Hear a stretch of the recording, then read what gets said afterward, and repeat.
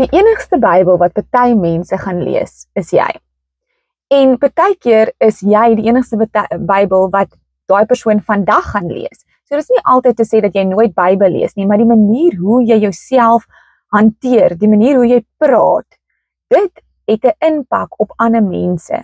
So ons verstaan nie altyd die impak wat ons het nie, maar net deur liefde te saai. Die Here sê, hê jou naaste lief soos jouself, net om die lig te skyn in die donker. Die Here sê dat light drives out darkness. Love drives out fear. So om net lief te hê, om in liefde te loop, is baie keer al manier hoe ander mense vir Jesus kan ervaar.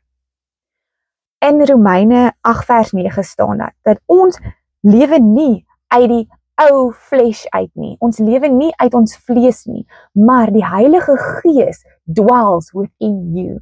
Met ander woorde, die Heilige Gees, die lig, die liefde is in elke een van ons. En God noem ons sy kinders. So wanneer ons uitloop in die wêreld in, wanneer jy by die skool is, wanneer jy by jou kinders is, jou huwelik, dit is 'n testimony of God. Dit is die manier hoe ander mense, jou man wat dalk nie Bybel lees nie, jou kind wat dalk nog die Bybel verstaan nie. Daar's baie mense wat glad nie in God glo nie, of ander mense wat in God glo, ek meen tot Jesus weet dat tot die duiwel weet van Jesus en glo in Jesus, maar dit is nie dat hy Lord of his life is nie. So baie mense kan weet van Jesus, maar dit is nie te sê dat hulle ervaar sy liefde nie. Baie mense het so baie gebrokenis en seer in hulle, dat hulle wil net Jesus se liefde ervaar. En hoe kan hulle dit doen? Deur jou, wat daai lig is vir hulle. So waar ook al jy gaan, in jou huwelik, met jou kinders, dit is jou ministry. Lewe die lewe van liefde, met jou, by die skool, by jou werk. En weet jy, as die Heilige Gees in jou is, daar staan in mos nou in Romeine 8, dat die Heilige Gees dwells in us. En in John 17 staan dat ons is in God en God is in ons. Met ander woorde, Jesus is in jou.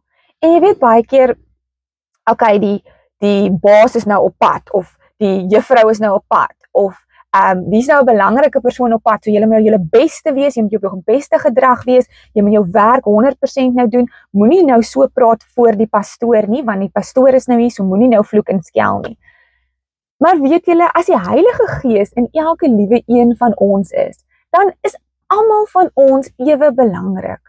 Almal van ons het vir Jesus 'n koning binne in jou. So die manier hoe jy praat so asof Jesus by jou is. Hanteer 'n ander persoon so met liefde, asof jy met Jesus besig is om te praat, of vir Jesus besig is om iets te doen. So, do everything you do to the glory of God, asof jy dit vir God doen en met hom praat. Want as Jesus in ons, in my is, dan en hy is in jou, want jy glo in Jesus, dan moet jy ander mense hanteer asof Jesus in hulle is. So, laas Vrydag, lekker lang naweek vakansiedag, en so, die plaas is af, maar die hospitality, die venue, die troue gaan nog aan. So nou, gewoonlik is dit gebeur, dan sal so 'n bietjie meer wat ek moet doen. So nou is ek so 'n bietjie hier aan die gang met krag wat trip en wifi en die troue en jy verstaan jy so klomp plekke op dieselfde tyd. En ek is my moeg is nou 'n bietjie moeg, né? Aan die einde van die dag en so bel my man, hy sê maar my broer wil aardappelslaai. Ek wil nou vanaand aardappelslaai maak, want ons gaan nou vanaand braai. Ek sê broer, as jy wil aardappelslaai, sal jy maar vir jou aardappelslaai moet gaan koop. Soos ek gaan nie nou aardappelslaai maak nie. En weet jy, daar sê die Heilige Gees net daar vir my. Vroeër in die dag, soos wat ek op en af ry oor die plaas besig, die kant toe, daai kant toe, het die Here vir my ook die woord gegee van hanteer ander mense asof hulle Jesus is, want hulle is Jesus. Jesus is binne in hulle. So hanteer almal met daai liefde. Dis wat Jesus van ons vra. En as Jesus my nou gebel het en gesê het, hoorie so, kan jy asseblief my aardappelslaai maak? Dan sê ek so, ja, dis al klaar, dis al by die huis. Ek maak 50 verskillende aardappelslaai. Want ek meen, dis Jesus. So natuurlik gaan ek aardappelslaai maak. Weet jy, dit is hoe ons ander mense moet hanteer. Almal moet hanteer. Almal is kinders van Jesus rondom ons. Dalk as hulle nog nie 100% in Jesus glo nie, dit beteken nie Jesus is nie vir hulle gemaak. Jesus is lief vir elkeen. En dit is baie keer, is jy die enigste Bybel wat baie mense gaan ooit lees of ervaar vir daai dag. Party mense lees dit, maar dis nie te sê hulle verstaan dit of ervaar Jesus se liefde nie. Maar jy kan die lig wees vir die wêreld. Jesus sê die lig dryf die donkerte, die seer uit. So jy kan daai liefde wees. Okay, so my gebed is vir jou. Maak die aartappelslaai. Gaan daai extra mile, wees lief. Ons kyk partykeer net nou vas aan nou se perspektief, nou se oomblik, nou se situasie. Ek is nou moeg, ek wil dit nou doen, ek. Maar God sê in Jesaja that my thoughts are higher than your thoughts, my ways are higher than your ways. Die Here kyk vooruit, hy gaan vooruit. En jy weet nie wat so ongelooflike groot impak jy kan hê nie.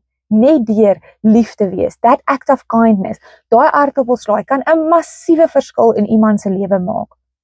Dis soos ons laasweek geluister het van die waawiel. Die vrou wat in die kerk gesit het en toe sê die Jesus vir gaan maak 'n waawiel. Want iemand anders het gebid vir iemand om 'n waawiel te gaan maak. Elke liewe opdrag wat die Here vir ons gee, kan 'n groot impak hê.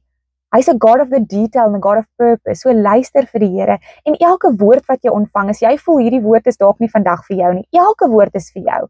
Want ons het dit nie dalk vandag nodig nie, maar môre het jy dit dalk nodig. So gaan uit en gaan wees lief vir mekaar. Ons kan mekaar almal met liefde hanteer en kyk net hoe God se liefde versprei, hoe die lig versprei wat die donkerte uitdryf. Okay. Bye, lekker dag.